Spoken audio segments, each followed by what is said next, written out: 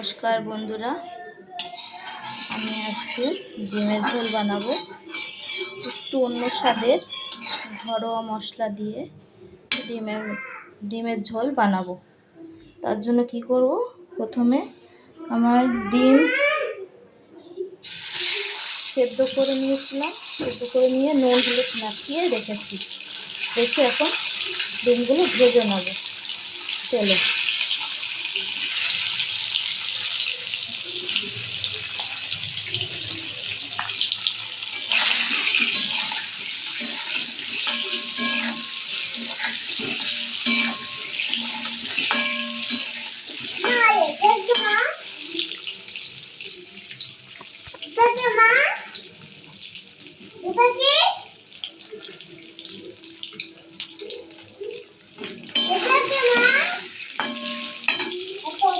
ওটা ঝিঙে বাবা।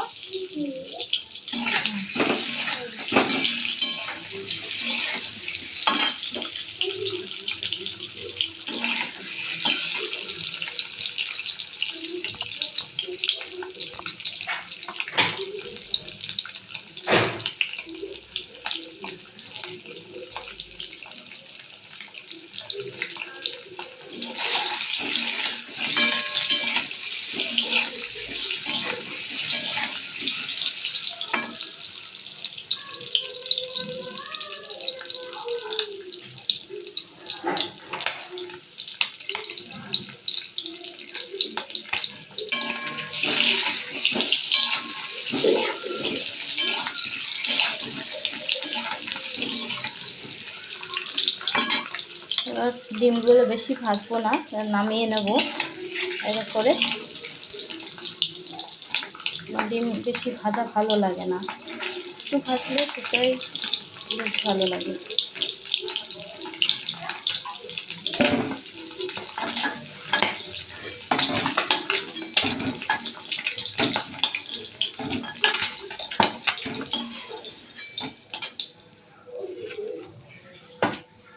ভাজা হয়ে গেছে।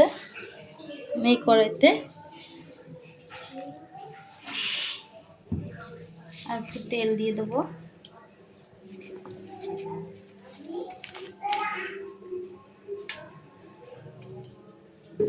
তেল দিয়ে দিলাম। ও এই যে রান্না করছে বাবা। ওটা কি করছে মা? এটা ভিডিও করছি। হ্যাঁ, জিরে ফোড়ন দিলাম।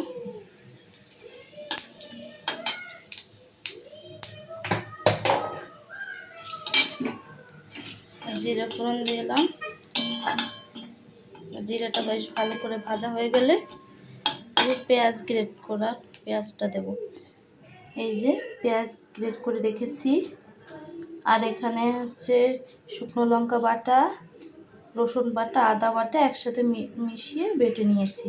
আর একটা এই যে ম্যাজিক মশলা করে রেখেছি, এটা রান্নার শেষে দেব। এটা গোটা জিরে, গোটা তেজপাতা আর একটা শুকনো লঙ্কা ভেজে সুন্দর করে ভেজে বেটে রেখেছি। এবার আমার জিরেটা ভাজা হয়ে গেছে। দিয়ে দেবো পেঁয়াজটা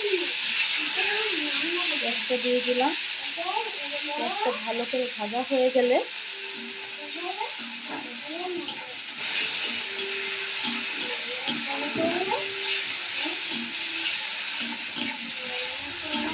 পেঁয়াজটা একটু লাল লাল করে ভাজা হবে।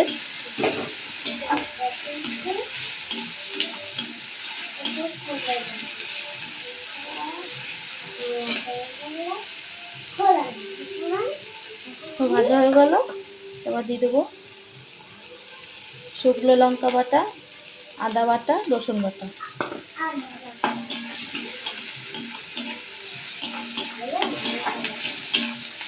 এগুলো করতে নেই বাবা।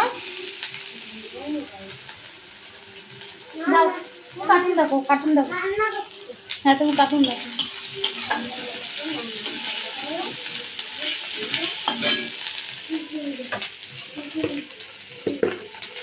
এবার এতে আমি পরিমাণ মতো নুন দেবো। এই নুন দিয়ে দিলাম।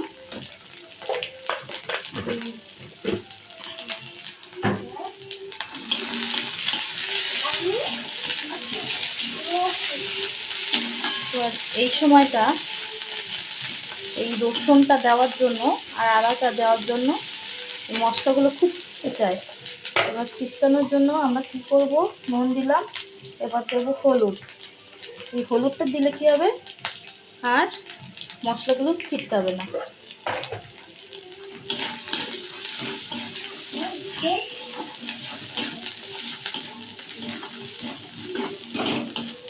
মশলাটা ভালো করে ভাজা ভাজা হয়ে গেছে।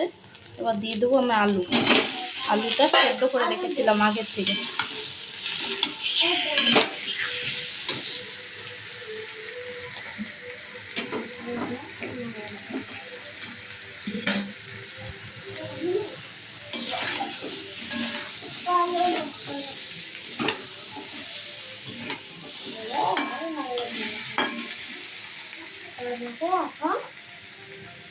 আর একটু দিয়ে দেবো জল,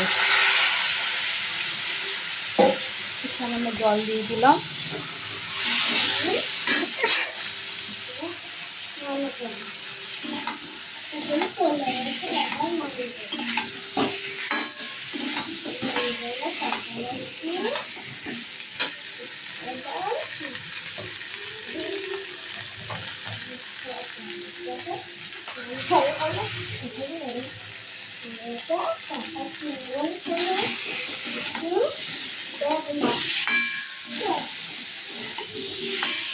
আলুটা কষানো হয়ে গেছে, দিয়ে দেবো ডিম।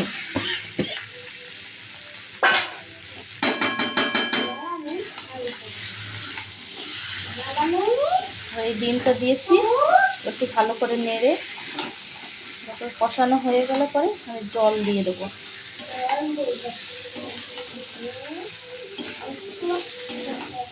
এটা আমি গুঁড়ো জিরে দিলাম না বা বাটা জিরে দিলাম না। আমি বেশিরভাগ গুঁড়ো জিরে ব্যবহার করি না, বেশিরভাগ বাটা জিরেই ব্যবহার করি।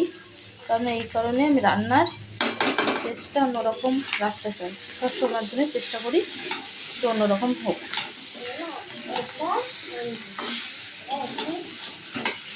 যেহেতু এই কারণে দিলাম না জিরা বাটাটা, জিরে আমি গুঁড়ো করে রেখেছি আগে থেকেই, ম্যাজিক মশলা তৈরি করে রেখেছি, ওর জন্য দিলাম না।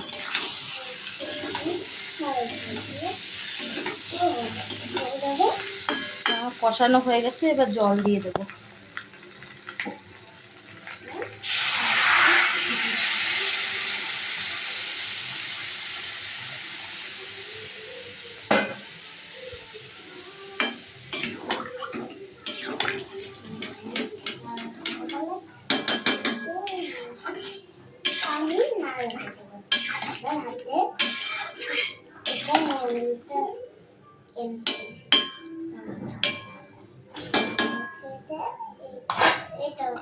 এবার ফুটে গেলেই ম্যাজিক মশলাটা দিয়ে একটু গরম মশলা গুঁড়ি দিয়ে নামিয়ে নেব। ফোটা পর্যন্ত আমরা অপেক্ষা করি। এবার আমাদের ডিমের ঝোলটা বেশ ভালো করেই ফুটে গেছে। এবার দিয়ে দেবো একটু স্বাদ মতো চিনি দিলে রান্নার স্বাদটা আর একটু বেড়ে যায়।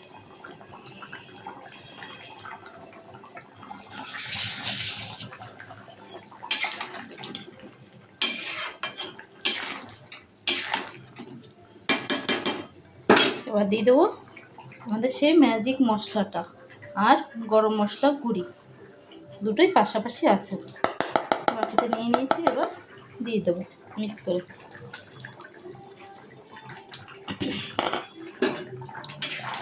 দিয়ে দিলাম, ভালো করে নাড়িয়ে নামিয়ে নেব।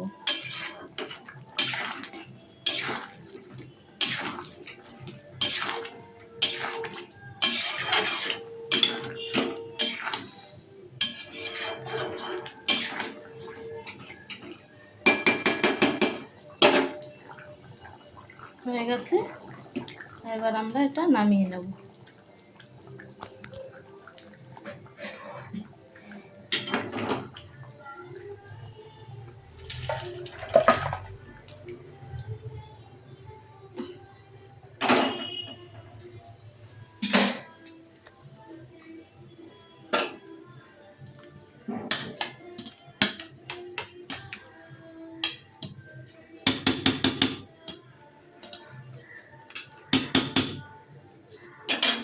দেখছেন বন্ধুরা ডিমের ঝোলটা কত সুন্দর হয়েছে। এবার ডিমের ঝোল করবেন, তো ডিমের ঝোলের স্বাদটা আরও দ্বিগুণ বেড়ে যাবে। যে স্বাদটা নর্মালি হয় তার থেকে আরও দ্বিগুণ বেড়ে যাবে। আমি এভাবেই করি, আমার খুব ভালো লাগে, ওই জন্য আপনাদের সাথে শেয়ার করলাম। আর যদি আমার এই রান্নাটা ভালো লেগে থাকে, লাইক শেয়ার কমেন্ট করবেন আর চ্যানেলটা সাবস্ক্রাইব করে দেবেন। ধন্যবাদ বন্ধুরা।